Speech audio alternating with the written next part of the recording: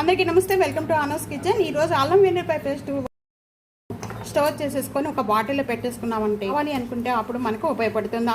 ఇక్కడ నేను ఒక 1 కప్పు వెల్లుల్లిపాయలు తీసుకుని లేదు ఒక బౌల్లోకి యాడ్ చేసేద్దాం. ఏ కప్పుతో పైన అనేది చెక్కు తీసేసుకొని ఈ అల్లం ముక్కలు కూడా ఈ సైడ్ ఈ విధంగా మనం అల్లంలో ఉన్న మట్టి అంతా కూడా పోతుంది. గాజు బాటిల్లోని ఈ అల్లం వెల్లుల్లిపాయ పేస్ట్ పాడవకుండా ఉంటుంది. బాగా ఫ్రెష్గా వచ్చే వాటర్ వచ్చే వరకు కూడా వీటిని బాగా క్లీన్. ఇక్కడ అల్లం ముక్కలన్నీ కూడా దీంట్లో యాడ్ చేసేస్తున్నాను. చెక్కు తీయకుండానే వేసేస్తాను నేను ఎప్పుడు కూడా. ఇక్కడ నేను 1 టేబుల్ స్పూన్ సాల్ట్ యాడ్ చేస్తున్నాను. యాడ్ చేయడం వల్ల కలర్ అనేది చేంజ్ అవ్వకుండా ఉంటుంది. చాలా వరకు కూడా స్టోర్ చేసి పెట్టుకోవచ్చు. ఒక 1/2 టేబుల్ స్పూన్ ఆయిల్ యాడ్ చేసుకోవాలి. పసుపు కావాలి అనుకుంటే పసుపు కూడా యాడ్ చేసుకోవచ్చు అండి. ఈ 2 యాడ్ చేసిన వెంటనే కూడా బాగా మెత్తగా రుబ్బుకోవాలి. వాటర్ కానీ ఏం కూడా యాడ్ చేయొద్దండి.